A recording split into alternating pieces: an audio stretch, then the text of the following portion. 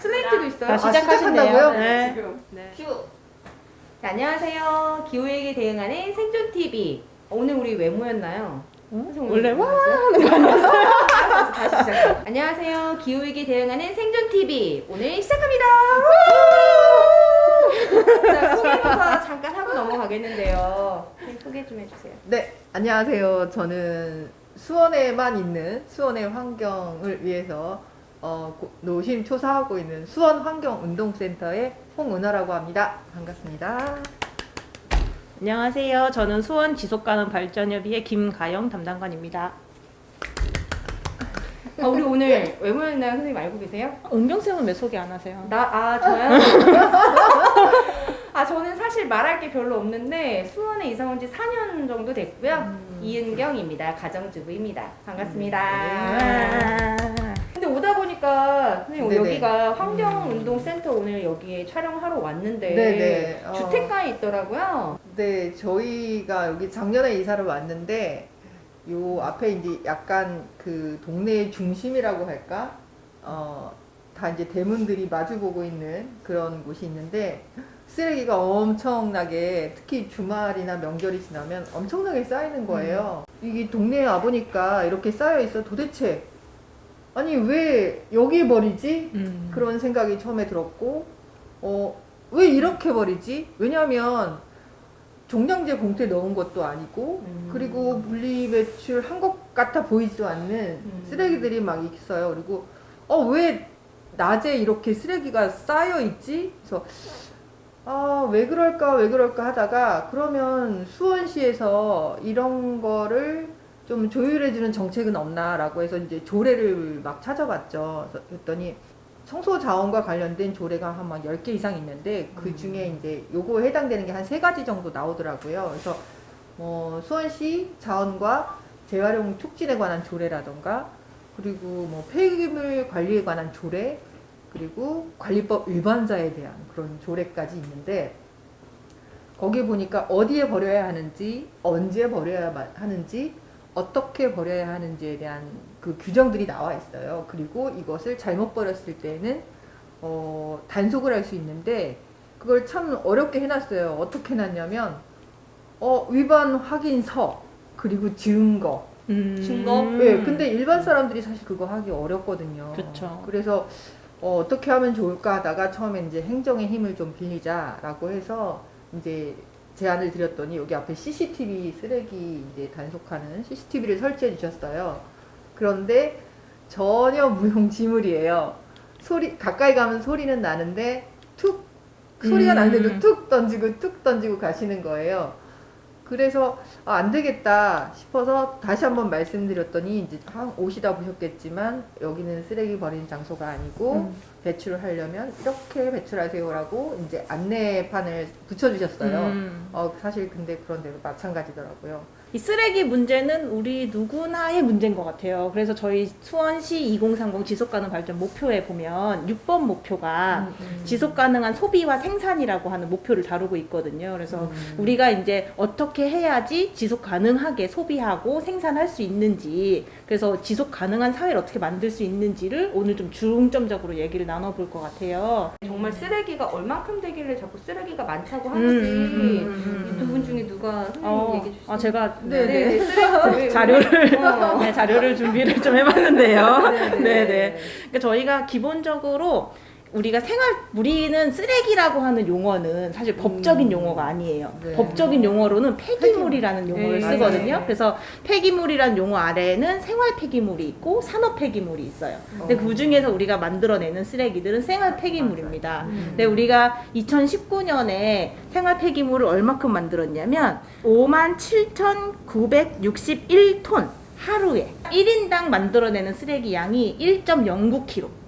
그러니까 내가 1kg씩 하루에 매일 만들어낸다고 생각하시면 되고 2018년도에는 1.06kg였거든요. 근데 0.3kg만큼 늘어난 거죠. 근데 이게 2019년도 자료니까 사실 요즘 코로나 시대로 배달도 많아졌고 맞아요. 또 사람들이 일회용품도 많이 사용하잖아요. 맞아요. 그래서 쓰레기 폐기물이 더 늘어났을 거라고 생각을 할 수밖에 없는 상황인 거죠. 1kg라고 하면 우리가 보통 쓰레기 10리터에 10분의 1. 음. 그럼 그게 365일이면 그렇죠. 이게 엄청나게 양이 쌓인다는 많은 거죠. 거네요. 예. 그리고 수원시 같은 경우에는 일반 폐기물이 하루에 1134.5톤이 만들어지고요. 그 중에서 707.2톤이 재활용이 됩니다.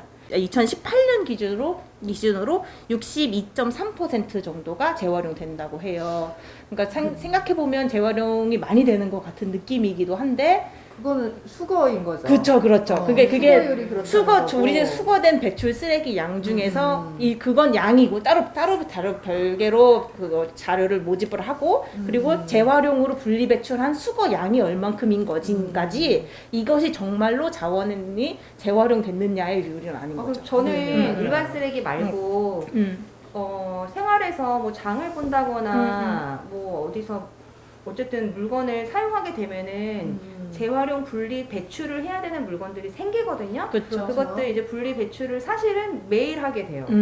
그러면 분리 배출을 할 때 뭐 종이, 뭐 비닐, 뭐 플라스틱, 캔, 유리병 음. 이 정도를 저희는 이제 빌라다 보니까 그렇게 되어 있는데 그렇게 되면은 이렇게 내가 잘 분리 배출하면 제대로 분리수거가 돼서 재활용이 된다라고 생각했는데 그게 아닌 건가요? 그게 그러니까 각 지자체마다 다른데 사실상 네, 그러니까 또 우리가 제일 많이 만들어내는 쓰레기가 플라스틱 쓰레기거든요. 그래서 우리가 만들어내는 쓰레기 한 반 정도가 플라스틱과 관련된 쓰레기라고도 해요. 근데 그 쓰레기가 플라스틱이라고 하는 소재의 특성상 이것이 우리가 페트병을 재활용 분리 배출하였다고 해도 얘가 재활용 분리 배출해서 그냥 페트병으로 다시 만들어지는 건 아니거든요. 그래서 뭘로 만들어지나요? 그거를 우리 홍국장님이 설명해 주시면 되겠다. 네. 사실 이게 플라스틱이라고 저희가 얘기하는 것들이 한 7, 8가지가 돼요. 근데 그거를 정말 뭐 PP, PVC 이렇게 따로따로 분리를 해서 그 성상대로 재활용을 하면 잘 되는데 그게 그렇지 않고 한꺼번에 이제 쏟아져 들어가잖아요. 그러면 일단은 그 컨베이어 트레이에서 이제 그거를 다시 손작업으로 분류를 하세요. 근데 그분들의 이제 직업병이 있는데 손톱 곰팡이병. 어머. 그러니까 우리가 이거를 제대로 재활용을 하려면 깨끗이 씻어서 분리배출을 제대로 해야 되는데, 그리고 이 아주 작은 것들, 그러니까 손바닥보다 작은 것들은 분리배출하기가 되게 손작업을 하시니까 되게 힘드시다고 하더라고요. 재활용할 수 있도록 모여진 것들이 이제 이렇게 잘게, 첫 번째 보면 이제 잘게 잘라지는 거예요. 그래서 잘게 막 분쇄를 해가지고 그거를 이제 물에서 보면은 페트는 밑에 가라앉고 다른 성상은 이제 물에 뜨는. 근데 이제 페트하고 또 섞여갖고 가라앉는 것들이 있는데, 그렇게 해서 다시 이제 분리가 돼서 이거를 이렇게 좀 더 잘게 잘라서 이렇게 이제 아주 가늘게 섬유로 만드는 섬유질처럼 돼서 그럼 그게 마지막 단계라고 예, 마지막 단계고, 이거를 활용해서 뭐 말씀하신 아까 우리 이가영 간사님 사셨다는 수영복 또 만들어내고, 뭐 이거는 아니지만 이런 저희 옷도 만들어내고 그런 과정을 거치게 되는데 아무튼 분리배출을 잘 해주셔야 이렇게 돼서 우리가 다시 재활용해서 쓸 수 있는 뭔가로 다시 태어나는 예, 그런 거를 거친다는 거죠. 근데 플라스틱이 PPP, 뭐 PVC 굉장히 다양한 종류가 있다고 하셨는데 그거 만드는 데서 한 종류로 만들면은 되는 거 아닌가요? 그걸 왜 다 제가 알기로는 다른 이제 외국 같은 경우에는 일정하게 기준을 정해서 네, 어느 맞습니다. 분야에서는 뭐만 써라. 근데 우리는 진짜 뭐 하나 뭐 만약에 플라스틱 상자다. 그럼 그거 상자도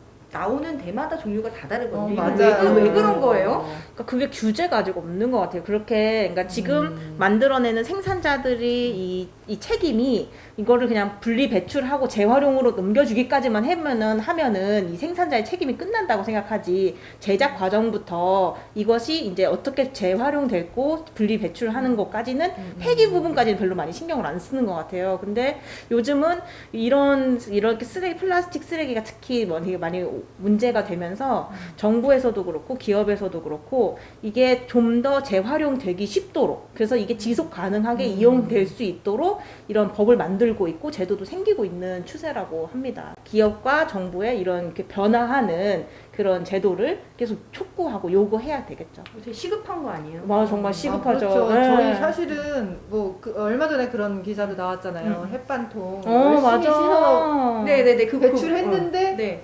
결국에는 그게 소각되는 거나 아. 예, 그렇게 돼버려서 너무 허탈하다 어. 막 그런 것들 많이 있거든요. 그래서 맞아요.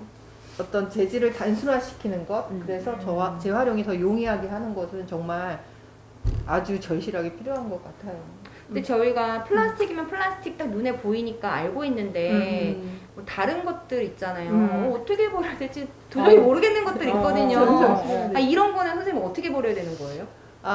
뭐 일단은 포장 용기에 분리배출 표시가 있는 것은 다 분리배출을 하셔야 돼요. 예를 들면 제가 이제 종이에도 분명히 코팅이 돼 있는데 분리배출 표시가 있는 거예요. 네네네. 그래서 그런 거 있어요. 아 이상하다. 그럼 이거 우리 분명히 코팅한 거 떼고 종이는 종이대로 따로 배출을 하자라고 배웠는데 알고 있는데 코팅이 돼 있는데 분리배출 표시가 왜 돼 있지? 그래서 제가 알아봤더니 그거는 이제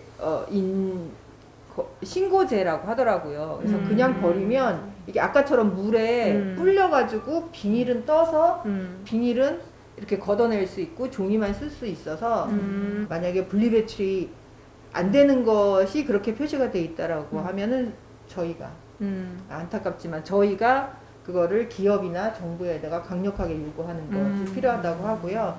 제가 이제 좀 유용하게 쓰고 있는 어플이 있어요. 네. 내 손 안에 분리배출이라고 이제 앱이 있어요. 그래서 보면 여기 이제 분리배출 요령이 이제 보통 뭐 종이, 캔, 유리 뭐 이런 식으로 돼 있고 FNAQ라고 주로 물어보는 질문이 따로 모여져 있고 그리고 품목도 검색하게 돼 있어요. 이게 기업부터 히읗까지 막 거기에 해당하는 품목들이 대충 나와 있고 이것도 내 양이 안 찬다. 그러면 여기 Q&A가 있습니다. Q&A에 이제 물어보시는 애인데 며칠 전에 어떤 분이 저한테 폐타이어는 어떻게 버리나요? 하고 물어보셨어요.